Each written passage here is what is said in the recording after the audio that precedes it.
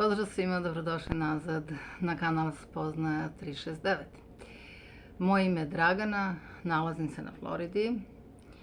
For everybody speaking English or any other language, there is English subtitle either at the bottom or at the left corner. You can click on subtitles and pick any other language that you want, like throughout the world pretty much. It's like so late here. I was trying, okay. Mnogo je kasno ovde, pokušavala sam da smislim šta danas da pričam. Imam jako puno tema, ali ljudi koji se bave određenim stvarima ili koji rade, recimo pišu, slikaju, šta god znaju, da bez obzira što vi znate šta trebate da radite ili da pričate, jednostavno u trenutku morate to da osetite i da to nekako dođe i da je to to. Meni danas to nije to, ne znam zašto. Svi koji me poznaju do sada, prvo dobrodošli novi članovi, drugo, svi koji me poznaju do sada znaju da je ovaj kanal namenjen jedino, isključivo, ja sam to nazvala duhovnost, rad na sebi, ne znam kako drugačije. Ako imate neki drugi naziv za to, ja ću ga prihvatiti. Kažem opet, kroz neku samospoznaju, ako vama više odgovara kroz vašu religiju, to je sasvim okej, jer rad i ljubav prema sebi ne bi trebalo nikada da se kosi i da bude uslovljeno sa bilo kojom religijom. Znači, to treba da je jednostavno jedna te ista stvar. Znači, oni koji me znaju da koji god ja naslov stavim, današnja tema je išla, ja mislim, kraj vremena. Znači, ja nisam napisala ni apokalipsa, ni kraj sveta, jer nema kraja sveta, to ne postoji. Napisala sam kraj vremena, odnosno jednog vremenskog doba, između ostalog, tako da ti naslovi jesu takvi kakvi jesu i zaista misle to što jeste, kraj jednog doba. Isto tako, oni koji me do sada poznaju znaju da ovaj kanal se ne bavi nikakvim teorijama zavere, pronevere, ne znam nija čega, sve, da ima mnogo višu promisao od toga i da jednostavno iz jednog drugog ugla, iz jednog drugog aspekta radi i pokriva simboličnu tematiku koja se dešava u svetu. Isto tako, oni koji me znaju i oni koji me ne poznaju do sada, jednostavno ste primetili da ja se ne bavim negativnim temama, jer vi danas, gde god da se okrenete, televizija, društvo, socijalni život, škola, posao, to vrvi od negative. Ja protiv negative nemam ništa, jer mi postojimo u tom, rekli smo, polarnom plus minus svetu. Tako da ne podržavam negativu, ona da postoji mora, ja je priznajem i prihvatam je, ali jednostavno ne produbljujem taj negativni smisao.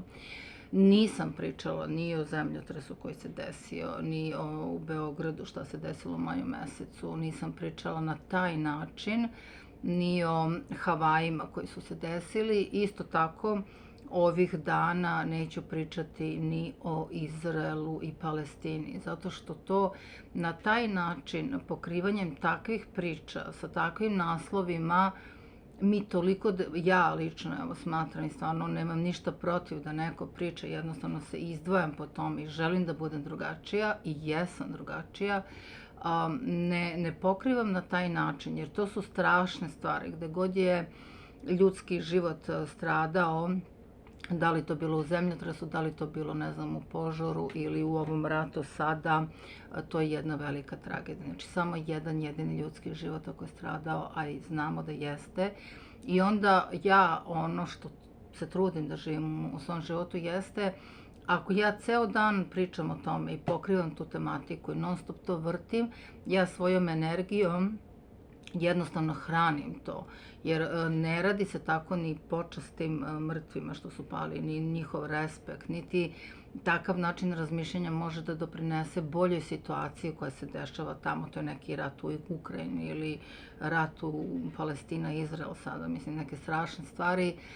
Znači, to naše fokusiranje, mnogo jako fokusiranje na sve to, ne može nikako tu da pomogne. Čak šta više, nažalost, samo oduzima promisao, ne daje ljubav, jer ako je to rana sada, znači mi treba tu ranu da zalečimo, a ne da dodajemo jedno te isto, da ponavljamo ovi su krivi ili ovi su krivi, da se vrtimo u tom dualnom konceptu. Jedino ću reći za one koji zaista jesu u nekim, ne znam ja kako da kažem, višim sferama razmišljanja, znaju da ova eskalacija i ovaj sukob Izrael-Palestina nisu naivni i da se nadam da će se to jako brzo završiti i da će se to naći neko rešenje i da to zaista neće eskalirati dalje, jer ako eskalira dalje mi onda ubrzano, sve ono što sam ja pričala do sada, te ovaj Uran, te ovaj Saturn, sve te promene koje nas čekaju, rekli smo da možemo polako da uđemo, da možemo da uđemo promišljeno, puni ljubavi, u jednom blagostanju, jer mi to imamo sve predispozicije, mi smo kreacija ljubavi u našem Bogu ili izvoru, dakle god, kako god vama je lakše, a onda ovo sve što se dešava, to su pokazatelji da to nije to. I onda sam ja rekla, nadam se da ćemo bar u nekom trenutku, zato i moj kanal jeste nastao, da bar neko još ako može čuje i mu pomogne da promeni razmišljanje, da podignemo frekvenciju na planeti Zemlji i da ove stvari, kako bi rekla, neutrališemo. Rekli smo isto tako da, znači, ako se ta promena koja je krenula, koja je već započela, može da se desi na jedan način da mi sve to prihvatamo, da mi jesmo u svemu tome i može da se desi ako promena je tu i ona se dešava, jedino je do nas da li smo mi spremni i da ćemo je lepo prihvatiti ili obrnuto. Ako se odupiremo toj promeni, onda će promena viša sila odlučiti ili jednostavno postaviti, u našem narodu bi rekli, ako nećeš milom, onda ćeš silom. I mislim da to dosta objašnjava i samo sebe, da je dovoljno to reći. Otišla sam sa teme, nema veze. Inače ne znam koja je tema, došla sam sa nekih radionica i totalno nisam prisutna ovde, ne mogu nikako da se spustim ovde, najvjerojatnije je to razlog zašto ne mogu da se skoncentrišem na temu. Šta bi mogla da pričam danas? Još uvijek mogu da izaberem ovaj naslov, jer njega dodam uvek kasnije. Ajde da radimo simbole, moje omiljeno, simbole i tu jednu dubinu i promisao u simbolici. Znači, kad kažemo simbolika, to znači jedna određena forma, jedan određeni znak, jedna određena komponenta, manje više ako ćemo tako. Simboli su prirodno došli sa nama, kako smo mi došli, tako su došli i simboli. Neki su došli prirodno, već kao što smo rekli kodirano. Imate jako puno videa do sada, zaista playlista. I u playlisti imate lepo sve sortirano pod Live Florida, se nalaze svi videi. A ovo ostalo je podeljeno karma, astrologija, isceljenje, koga šta zanima. Rekli smo da smo došli kodirani svi i da su neki programi neophodni, da su oni sasvim ok, recimo razvoj teklice i drveta i ploda, a druge stvari, drugi programi su štetni za nas, ako ćemo tako, iz tog dualnog sveta i oni jednostavno nisu dobri. Ti drugi programi je ono što smo mi pokupili ili ono što nas je neko vaspitao ili što nas je sam sistem, pogrešno naravno, ili što nas je sam sistem napravio. Tako da ista podela ide sa simbolima. Znači, neki simboli su došli prirodno i došli su sasvim normalno, kao što smo mi došli u ovoj anatomiji sa dve ruke, sa dve noge, ne znam. Tako su i ti simboli došli prirodno i predstavljaju to što predstavljaju, svoju simboliku, znači ispunjenje. A ovi drugi simboli su jednostavno možda stvarani kroz vreme ili su se povukli od nekoga, između ostalog, u trenutku i onda su oni aplicirani i još uvek prineti su, kako bi rekla, postavljeni su tu gde jesu i još uvek nisu loši. Znači, evo da uzmem klasičan primjer, određena planeta ima i svoj simbol, između ostalog ima svoju simboliku. Sada, pošto smo rekli da zbog te dualnosti stvari mogu da se upotrebe ili da se zloupotrebe, onda je došlo do zloupotrebe, jer neki ti simboli su, da kažem literalno, mnogo moćni, jaki su, jednostavno su jaki simboli i onda vi možete to lepo da upotrebite, kako bi rekla, da se poslužite sa njima i vidjet ćete da je ceo svet u simbolima. Svako ima na sebi, oko sebe ili negde neko obeležje, jer je to isto ta neka neraskidiva spona, tako što ako mi postojimo, onda postoji automatski simbol. I dokle god mi postojimo, dotle postoji simbol. Mislim, manje više podržava jedno drugo. Ne znam koji bi to... Znači, vi ste okruženi. Prvo, vi, između ostalog, dosta, naša DNK lestvica se obeležava posebnim simbolima. Dosta ste puta vidjeli, kažem, pokušavam da uprostim sve ovo više, pa neću koristiti ni stručne izraze. Vidjeli ste onaj štap čuveni sa one dve zmije i to je, jedni viču loš simbol, drugi viču to je dobar simbol. U stvari je onako kako ga vi doživite u trenutku. Ne znam zašto je to loš simbol, najverovatnije zato što je u jednom trenutku predstavljen da ga pali anđeo, opet kažem, jedini to reč koju koristim za to, između ostalog isto koristi, ali u toj nekoj simbolici, znači to može da bude negativno ako ćemo tako gledati, jer ga on otprilike drži u svojoj ruci pa kao to je to, a s druge strane može da bude da jednostavno smo pali tako dole i da nešto sa zemlje gore mora da nas podigne, a to je to isto znanje i ta isto jedna visoka promisao. Tako da u tom slučaju podizanje zmije, jer zmija je ta navodno koja nas je spustila ovde, koja nas je ostavila u ovoj prašini, onda je zmija ta isto koja će da pomogne da se mi popenjemo gore. Znači sve opet ako vidite iz ovog dualnog koncepta, još uvek sam tu i još uvek radimo na njemu, može da bude i plus, a može da bude i minus između ostalog. Tako da subliminarne poruke između ostalog su dosta jake, to isto vidimo da se svuda praktikuje, pogotovo u svetu prodaje, da bi se što više prodalo, odnosno da bi se što više kupilo u određenim reklamama, u određenim, kako bi rekla, i političkim agendama i tako dalje. Simbol da postoji mora, jednostavno. Sad, bitno je kako ćete ga vi doživjeti, bitno je kako ćete ga vi prihvatiti. Svaki hram na planeti Zemlji, bilo koje veroispovesti, religije, čega god, vi kad uđete u te hramove, ne ni kad uđete u te hramove, jednostavno ti hramovi kad se grade i kako se grade, oni se grade u visokoj simbolici. Neki se grade sa prozorima na istoku i da gledaju na istok, drugi na zapad, treći ovako, jedni imaju znači određenu strukturu, drugi drugu, kako je koje vreme nosilo sa sobom, naravno i promisao između ostalog u toj religiji. Tako da mi smo non stop okruženi time. I ako vi ne uđete u pravu suštinu šta jeste za vas dobro inače, a šta nije, onda ćete se u toj simbolici samo izgubiti. Onda će doći ovo da jedan simbol je dobar i loš i da ne znam, možete da odbacite simbol koji je dobar za vas ili da poništite onaj koji nije, ili da poništite dobar, a da prisvojite onaj koji nije. Tako da jednostavno o tome se radi. Stala sam kod hramova, znači bilo koji hram na planeti Zemlji kada se uđe, vi jednostavno imate celokupnu simboliku. Znači ono prosto ne znam ni koji hram da navedem kao primer ili bilo koji ritual, taj ritual, odnosno određen proces koji se radi po tim hramovima. Znači samo podneblje, sama koordinata na kojoj se grade svi ti sveti hramovi, crkve, temples, jevrejske džamije, jednostavno se prvo veoma promišljeno grade, prvo se biraju se podzemne vode, sve se bira, bira se koordinata, sve se bira sa njima, istok, zapad, zavisi, kažem, od koje, znači one se veoma promišljeno grade. I već samim tim kada vi uđete u takav jedan hram, vi ste već odmah ušli u simboliku i nemam ništa protiv da ovde ne ispadne kao da imam nešto protiv hramova.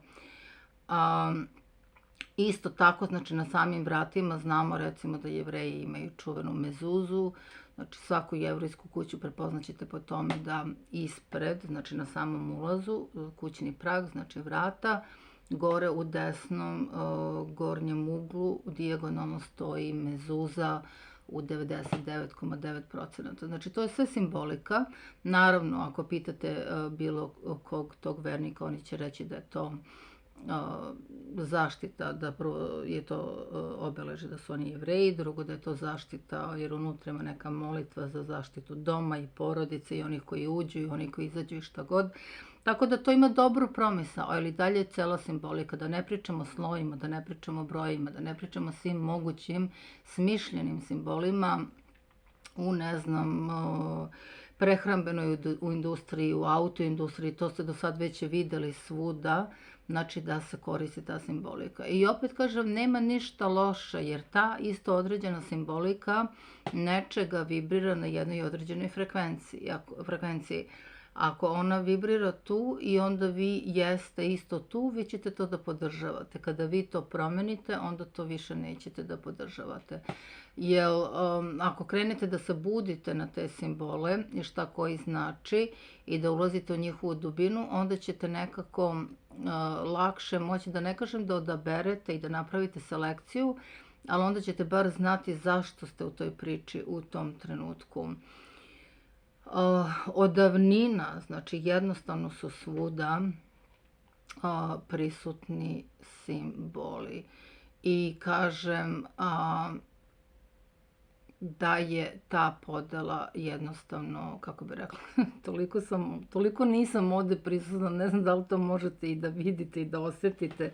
Radili smo mnogo neke duboke meditacije, znači ja sam sad ovde i pričam ovde sa vama. Stavite like, ako se dopada stavite like da ja napravim ovde pauzu, nisam ni vodu donela, toliko, prosto ne mogu da se uzemljim, jednostavno, kažem, prazno mi je vazduh mi je trenutno u glavi, no da se ja vratim na moje simbole. Svuda su prisutni, krst nosite, to je simbol, mesec nosite koje je muslimansko, znači svuda su prisutni simboli. I nema ništa pogrešno, kažem, jer oni podržavaju određenu frekvenciju, ako se vi na njima nalazite. Da li oni mogu da se zloupotrebe? Pa mogu. Kako? Mogu da se zloupotrebe, rekli smo samo ako ste vi nesvesni, ako vi ne radite na sebi, ako ne podižete svoju frekvenciju, onda oni itekako mogu da se zloupotrebe, da vam se proda neki simbol da vi niste svesni njega i da vi reagujete u odnosu, recimo, na to.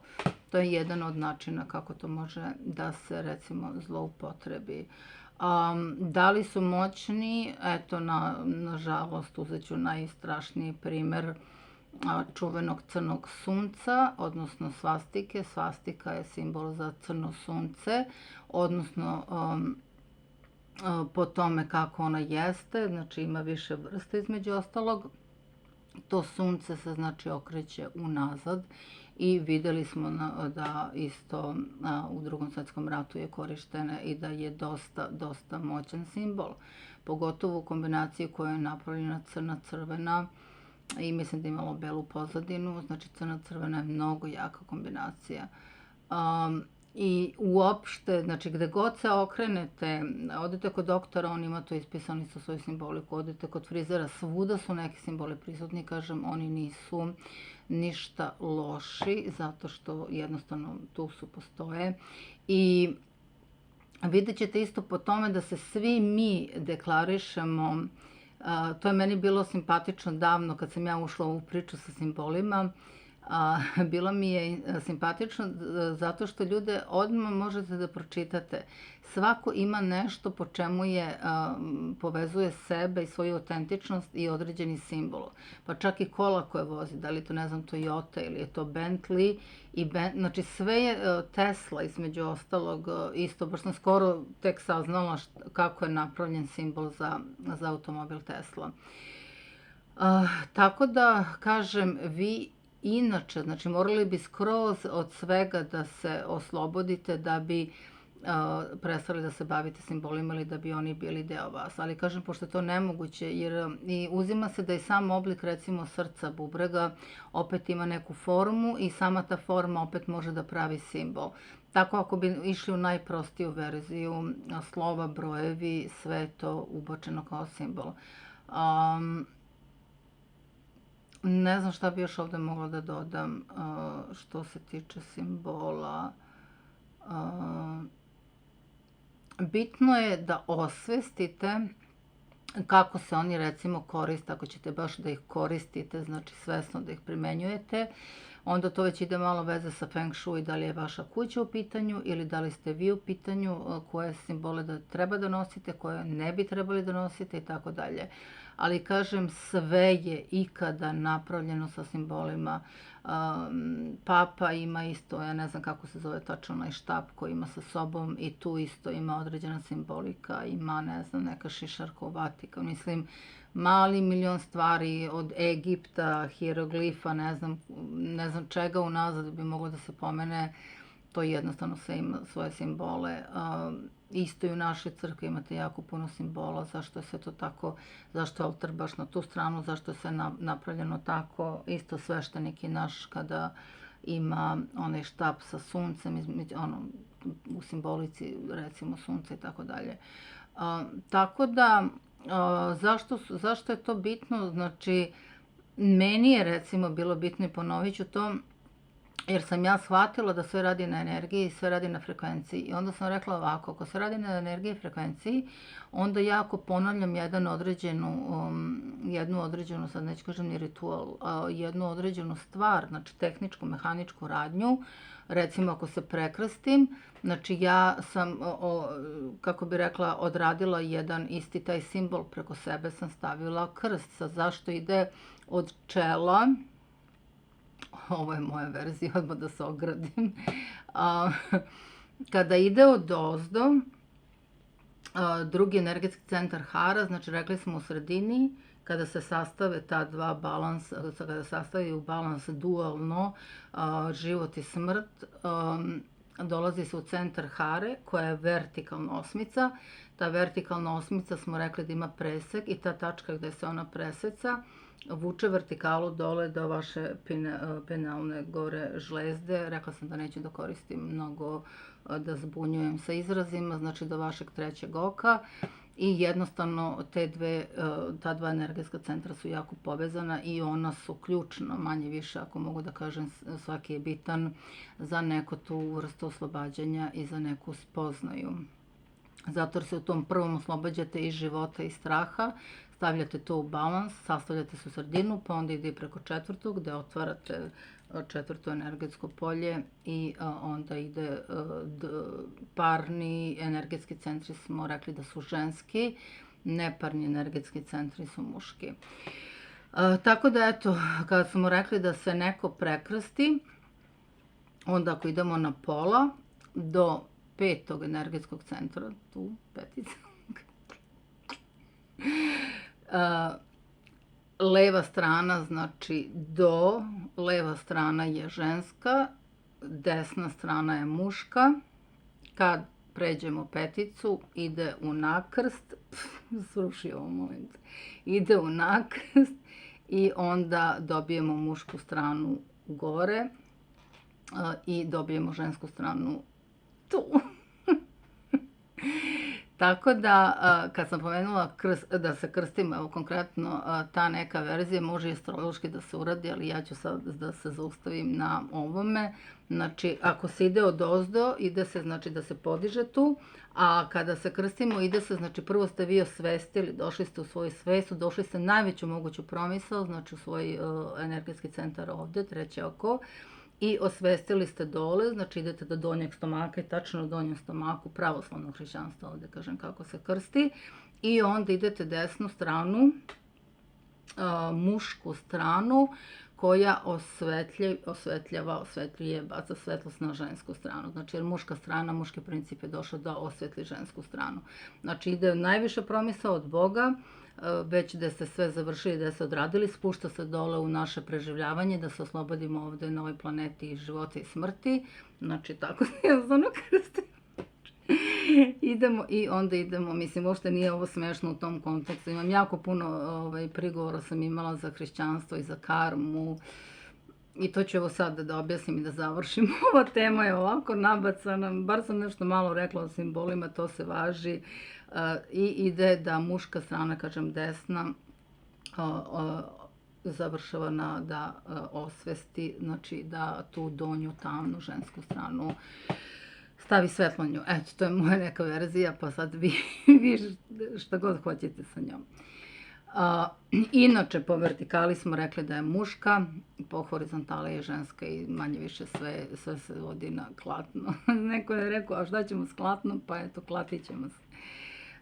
Da, dosta sam doživjela kritike, mislim, pozitivne, negativne, kako god hoćete, dosta ljudi misle da sam ja protiv hrišćanstva, dosta ljudi misle da ja pričam jeres ovde. I to je sve pogrešno. Znači, ja znam ko sam, znam šta pričam. Ako nekom nije jasno, ja mogu to uvek da objasnim.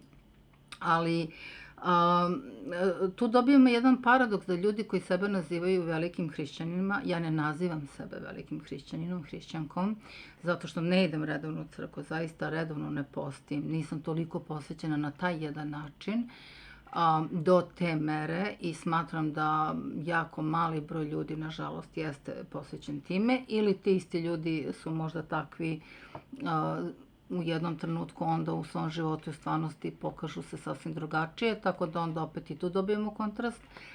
Jednostavno, ako ste vi pravi hrišćanin, vi se onda nikada nećete ogrešiti da sudite mene. Jer ja ne sudim nikome. Znači, to je prvi, nekako ispadne paradoksalno.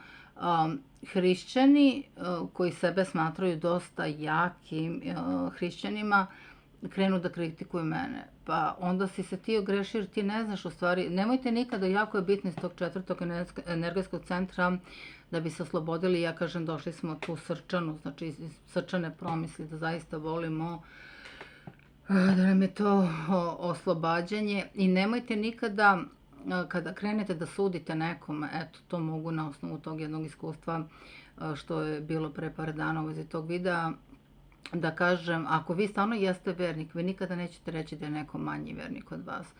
Čak i da je on zalutao, recimo da sam ja toliko zalutala u svojoj promisli, da ne znam šta pričam, da nemam veze sa H od slova hrišćanstva, opet zašto dirati tako nekog? Mislim, ako ste vi zaista vernik, vi ne dirate nekog ko nije vernik, a ja jesam. Mislim, hoću da napravim tu jednu paralelu, da ispada da ovi koji ne praktikuju možda na način 100% onako kako negde piše i stvarno je nemoguće, prvo ljudi koji žive u inostranstvu je drugačije isto, a onda vi koji smatrate da jeste, sudite ovim, znači otkud vi znate, znači baš sam to navela neki glup primer, otkud vi znate kako ja živim svoj život, znači ne morate vi da idete u crkvu da biste bili hrišćani, znači to je promisao, hrišćanstvo je vaša promisao da vi se ponašate po tim, kako bi rekla, pravilima i da vi živite. Naravno da treba otići u crkvu, naravno da treba postiti, daleko od toga, ali koliko ljudi zaista to posti, koliko ljudi zaista ide u crkvu i ovi što idu nekada, opet kažem, ne sudim, samo kažem ono što jeste, činjenicu, rade drugačije od onoga što bi trebali da rade. Znači, tu nema suda. I onda na kraju ispada da mi koji kao navodno u očima ovi koji jesu, a mi kao nismo, oni nama kao nešto sude, a nas baš briga za njih u smislu to je tvoj izbor, šta ćeš ti da radiš, kako ćeš ti da radiš, kako ćeš ti da se moliš svom Bogu u svoja 4 zida između ostalog. Tako da to meni je onako malo simpatično i još onda krenu da vas ubeđuju, ne znam, mislim, zaista sam baš imala, ne znam gde je to bilo. I onda se pitam, Bože, pa kako? I to sve preko interneta. Ništa oči u oči. A pojma nemate. Znači, svaki put kad krenete da kritikujete nekoga, Samo recite sebi da vi pojma nemate. I zaista pojma nemate. Jako puno radim s ljudima, jako dugo radim s ljudima. A pojma nemate, maske su mnogo jake i moćne. Vi zaista nikada ne znate šta se u čovjeku desilo. Znači, neko može da vas napadne, a ne znam da vam je pre 10 minuta umrla majka. Mislim, ne znam, tako neke situacije. Znači, taj koji napada i koji kritikuje se toliko ogreši, ne samo što je kritikovao, nego se toliko dubinski ogreši u ceo taj koncept da je to otprilike nemoguće. Ja sam ovo danas krenula s teme i dozvolila sam to sebi, ne znam, evo sad ću i da završim, otprilike stavite like ako vam se ovo baš ovako u ovoj verziji dopalo. I ne znam, vidimo se u sledećem videu. Kažem, došla sam od nekuda i glava mi je vazduh, kao da ništa nemam u glavi. I ovaj video je pravi primjer za to, u nekom pozitivnom smislu, koliko se visoko, mnogo se dobro osjećam, kako, ne znam, mnogo opušteno, ne mogu da se skoncentrišem, da uhvatim temu, ali nadam se da sam dovoljno rekla o simbolima.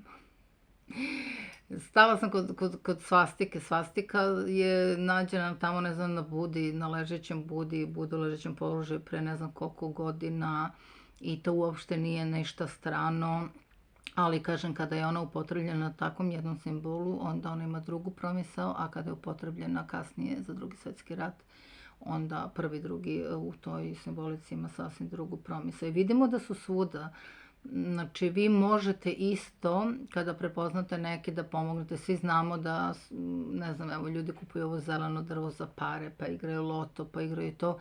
To je sve kodirano. Znači, ne da je samo kodirano minimalno, nego je kodirano još ekstra, namenski kodirano. Znači, rekli smo da je nešto došlo prirodno, simbolično kodirano, a ovo ostalo je sve došlo jednostavno. Sam oblici na trougao, kocka, krug su isto simboli zato što imaju tu jaku predispoziciju. I onda kada vi stavite recimo određeni taj krug i stavite recimo još crnu boju i ne znam, stavite neki broj unutra, to onda dobija na svojoj jačini, zato što ćemo povezati sledeći put, nadam se u boljoj verziji mene, povezat ćemo sa svetom geometrijom. Znači, simboli su niži oblik sacred geometry, znači postoji sveta geometrija i simboli su samo niži oblik te iste svete geometrije, koja je savršena, znači to je do perfekcije, ne znam prosto kako da objasnim, da je sve je u perfektnom programu, sve je perfektno napravljeno, totalno perfektno napravljeno i onda se mi možda nekada pitamo ako je to tako perfektno napravljeno, kako mi ovoliko patimo ovde na planeti Zemlji i tako dalje. Trebala sam da radim možda Saturn u ribama, sad ću to da snimim sledeće, pa možda to pustim pre, pa onda ovo. Vidjet ćemo. Hvala puno svima, vidimo se u sledećem mnogo prisutnijem videu za mene.